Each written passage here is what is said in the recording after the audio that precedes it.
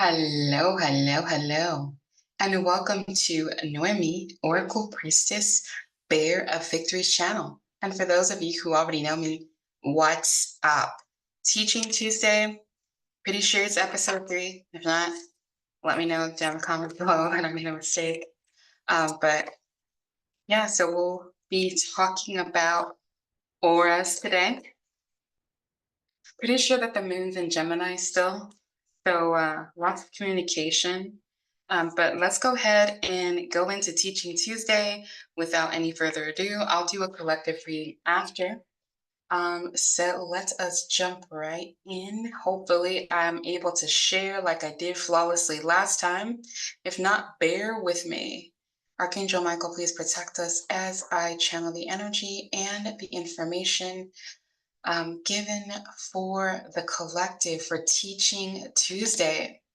So, what's in your aura? And you'll see the Spanish on the bottom because I also do this in Spanish. But no matter that, I'm going to go ahead and make sure that you guys can see because I'll be using some stuff from the table. So that'll make the transition easier in a little bit. But yeah, so what's in your aura? So first, let us see what an aura actually is. Auras are electromagnetic fields that surround us. They contain information regarding our spirit, energy, and emotions. Think of it as a dryer trap, like the dryer trap. And you'll see as we go along why I call it the dryer trap. The dryer trap is so important to keep clean because if you get things caught in your dryer trap, your clothes do not dry effectively, right? Dryer is not spiritual, but it is very practical. And I am hoping that we all have dryers and we understand that we must clear out the lint in the dryer. That's one of the biggest things that I think, besides emptying the dishwasher and things like that. But let us not digress. Let us continue. So there's 7 aura layers. There's more, but these are the main ones. And I'm going to be talking about the main aura layers today and their function. I'll try not to go too much into it so it's not too long and we can jump into the read, and then we'll have another episode about chakras and also the things that are trapped. How do we clear them out? Okay, so just bear with me. Let's just learn about auras, the layers of auras today, okay? So we have the first, which is the etheric layer. It's closest to our physical body. It extends about 1 to 2 inches away from our physical body. It holds information about our physical health, including any discomfort, pain. So it is a part of your organ systems. It's your actual body, right? And it's powered by the root chakra.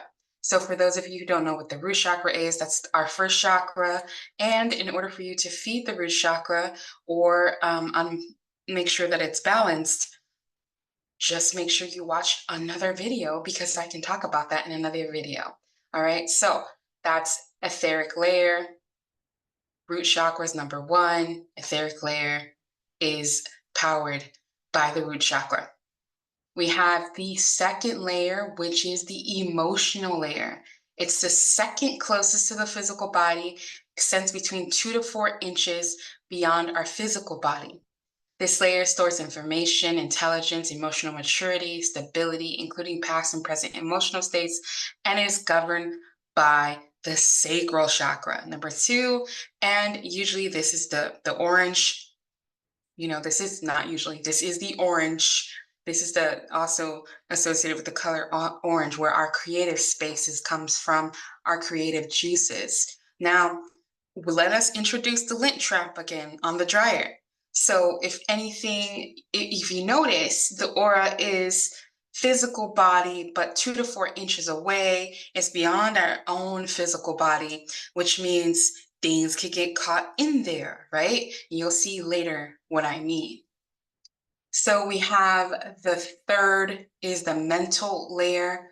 The third closest layer to the body, it extends 4 to 8 inches away. And this is all just depending on who you are, and everybody's aura is different and individual. This layer holds details of our thoughts, beliefs, knowledge, intellect, wisdom, and life experiences. And it's governed by the solar plexus chakra.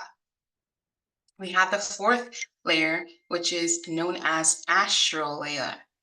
The astral layer, can't even speak, fourth closest to our physical body, extends 12 inches or more, depending on who you are. The astral layer seeks balance between external and internal worlds. The interesting part about this, it acts as a bridge to the physical and spiritual realms to help us become masters of our own lives and manifest our dreams and desires. It's the most, in my opinion, probably one of the most important layers, because if anything is blocked in the first, second, and third, it's going to be hard for the astral layer not to be blocked. So the nice thing is, once you unblock the astral layer, which is governed by the heart chakra, then it automatically clears up the rest of the layers, which is very interesting, right? That your heart center would be the bridge for harmony, feeling alive, feeling strong, and feeling supported. Not only your own support, but the support of other individuals. So we'll move on to the fifth one, the etheric templates. The etheric template is the fifth closest layer, closest to the physical body. It extends 12 to 18 inches from the body. This layer determines our ability to elevate our consciousness. So this could go into your meditation practices, right? So the throat chakra powers the etheric template. What's the throat chakra? Your voice, your communication, but also it uses the solar plexus.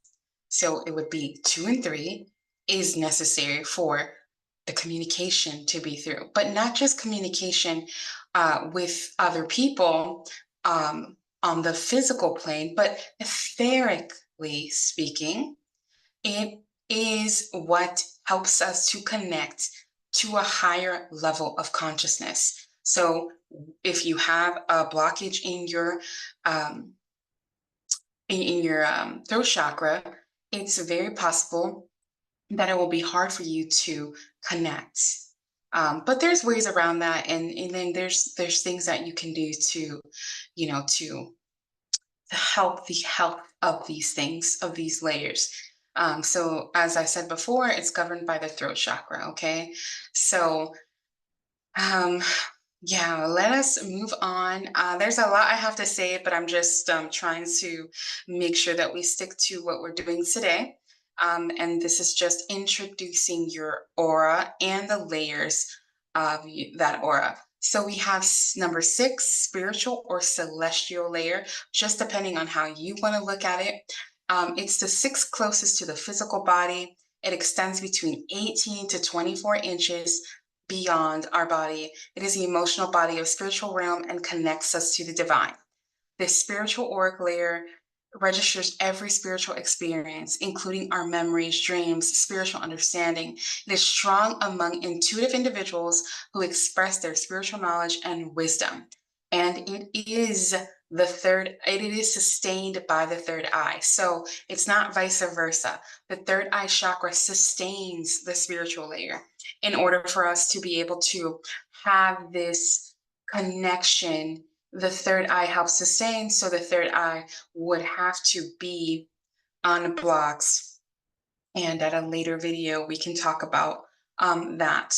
So this is where, again, let's think about the lint trap, right? The dryer lint trap, where we must clean and cleanse so that everything can be in working order. So the last main one, the 7th, the divine layer, is the farthest layer from the physical body.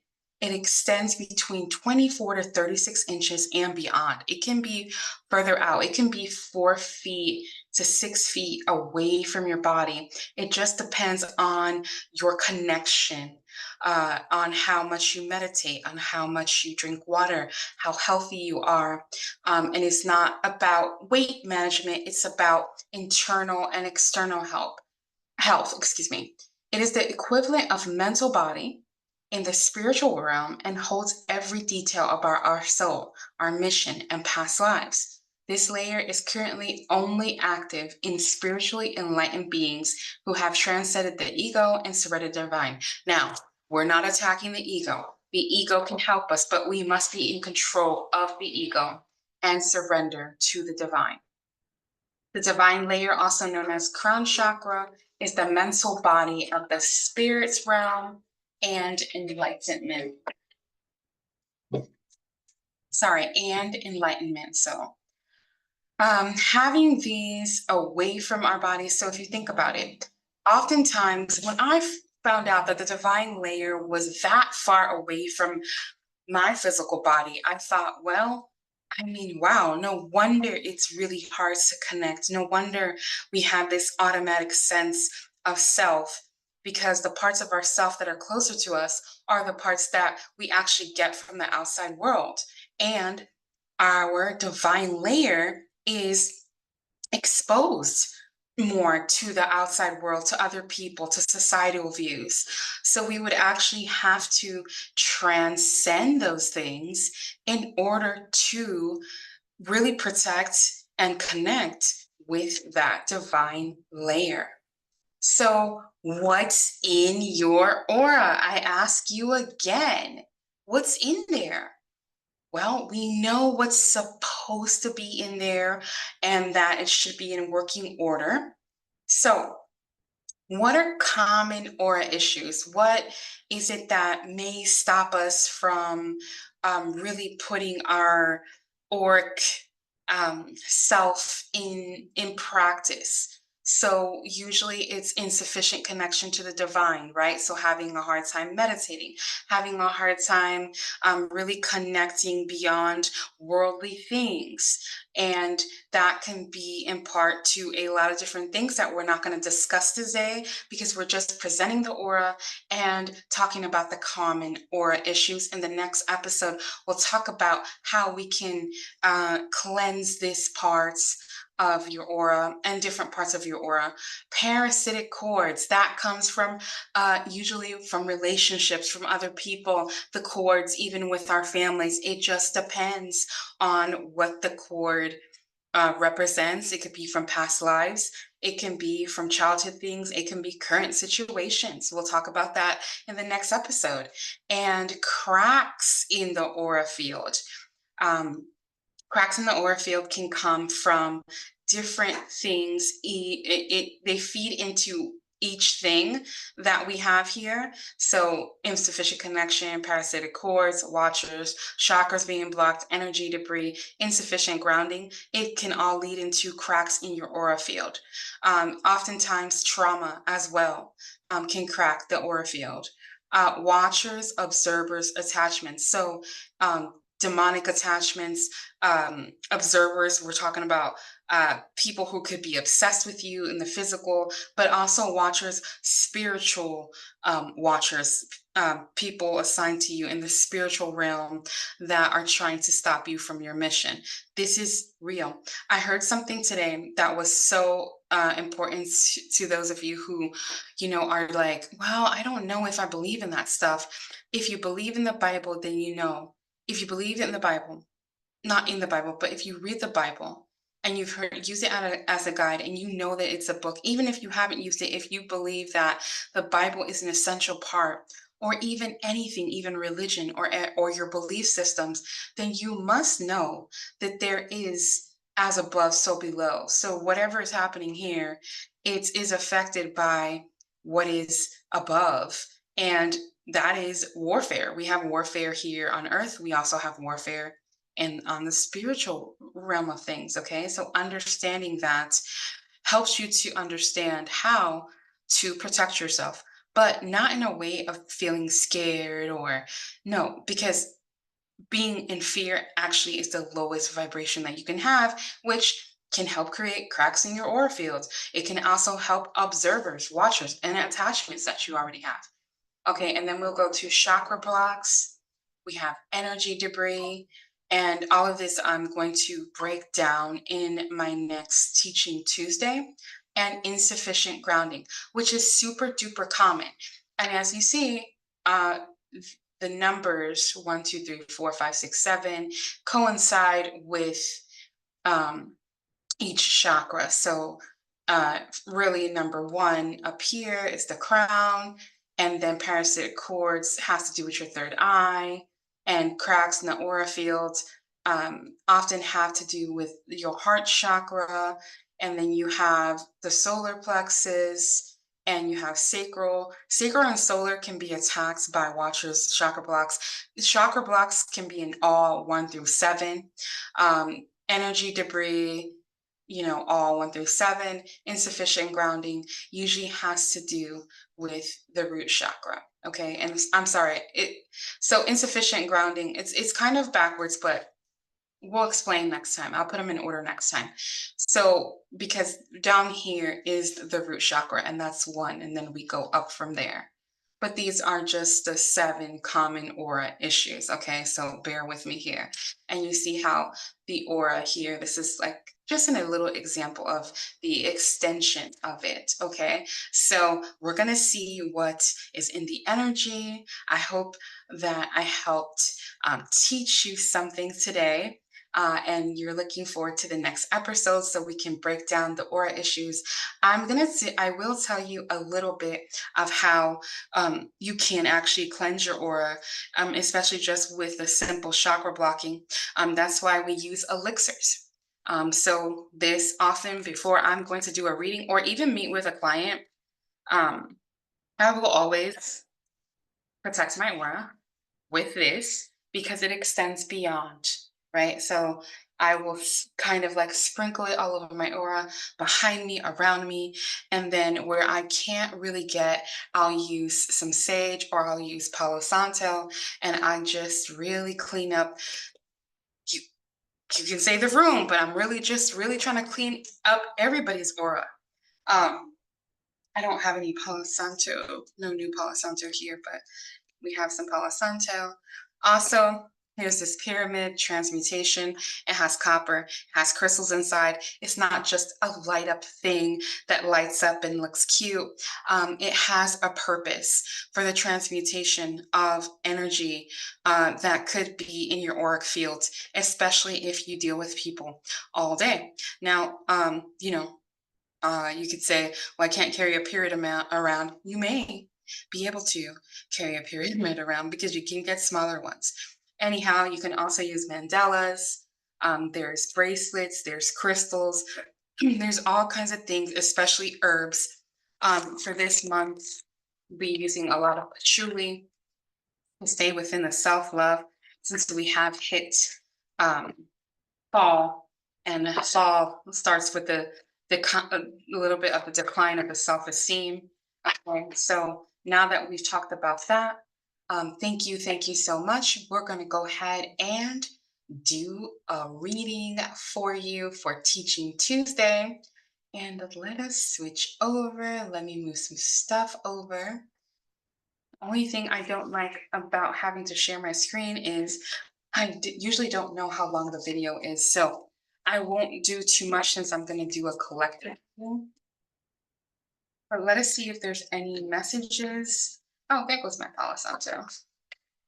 Let us see if we have any messages regarding the aura, the aura of the collective during this time. During this time, you want to take special care of your aura, the surroundings, food, anything consumption around people. Bless your food and be careful who you're around because the energy is conducive to a lot of darkness during this time, especially heading into Halloween and a lot of different things that people practice during this time, a lot of dark things that people practice. And you could just also be a target of that. But um, the biggest thing that I tell people, because sometimes people get scared of that, is you have control of what happens to you spiritually. So no one has divine power over you except for the Most High God. So don't worry about what another person can potentially hurt you. And, just stay away from things that have you in low vibe. So let us see what the message is. Besides that, see if we have any confirmations. Okay. See, let us see what it is. Yep, we had one flipped over already. Now we have Manaz. And Manaz is a symbol for man, interdependence. So the confirmation of, really how you are amongst other people, yourself, your enemies, social order. So protect yourself from that. I keep itching because I have these cacti and I got some cactus stuff in my fingers. Anyway, I am distracted. So the collective could be distracted at this time. There could be a distraction from darkness. There could be a distraction from headlines in the news. Try not to feed too much into the hype of everything. And then we do have Hagalas, which talks about disturbances and talks about really, when I see Hagalas, it is always speaks to me spiritually about the wrath of God, wrath of nature, uncontrolled forces, things happening outside of our control. And then for in connection to your aura, it's something that you're able to learn about, that you're really able to understand, that you say, for example, if you get something in your lynch trap, you can actually cleanse it out and you can start to feel better. Sometimes you're tired, sometimes you're sad, sometimes you feel lonely, and you have no idea where those feelings are coming from. And that's because when you're walking around, your aura is at least 4 feet out, right? So if you're in somebody's auric energy, you can have something attached from their auric energy and it's going to go into yours, and then you're going to take that home. And that's why it's always good to make sure that you're cleansing your aura and make sure that you're praying, meditating, so that you're able to cleanse that. Make sure that you're taking a shower. You can take a shower, you can take a spiritual bath, just to make sure that you're in balance, because all of this is all about balance. But the interdependence and being able to protect yourself from any outside influence that could possibly come through your aura field. Okay. And so that is something that um, when I found out about that, I thought I'm very careful about going to the store. I'm very No wonder I had to quit my job, because your auric field is hard to connect to the divine if you're constantly having things in your aura field. And sometimes you have to be an entrepreneur so that you can control what's in your auric field, because at work you may not be able to have your elixir, or you have to be careful with your practices. But anyhow, let us see what message we have that we can take with you for Teaching Tuesday, for this message. Let's see. That one I could flip, but it didn't flip. So Holy Spirit, give us a message. Here we go. Grace and peace be yours in abundance. Grace and peace be yours in abundance. And when you gracefully understand the things that are around you and how you are interconnected, there is peace. Therefore, you have abundance, because abundance is not just about money. Abundance is about being able to help yourself, but also help another with what you have, whether it be knowledge, money, a car, anything in your possession. It becomes a source of abundance, because that abundance is when we're able to not have just for ourselves, but to also provide for others in some kind of way. So there is peace in that. and find grace in knowing that we are all interconnected. Everything's connected. Animals are connected. The trees, everything is an interconnectedness, and we must protect that.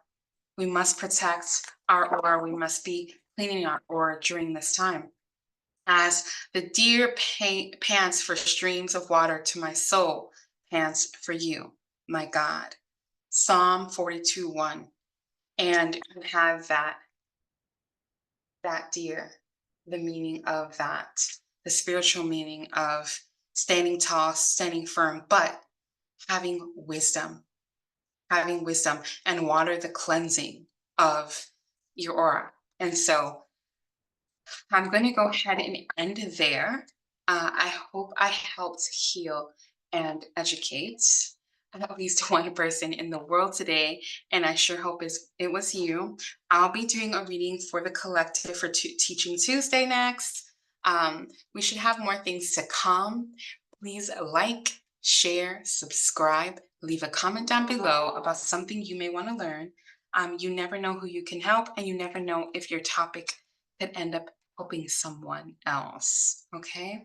Thanks for watching. Be well. Bye.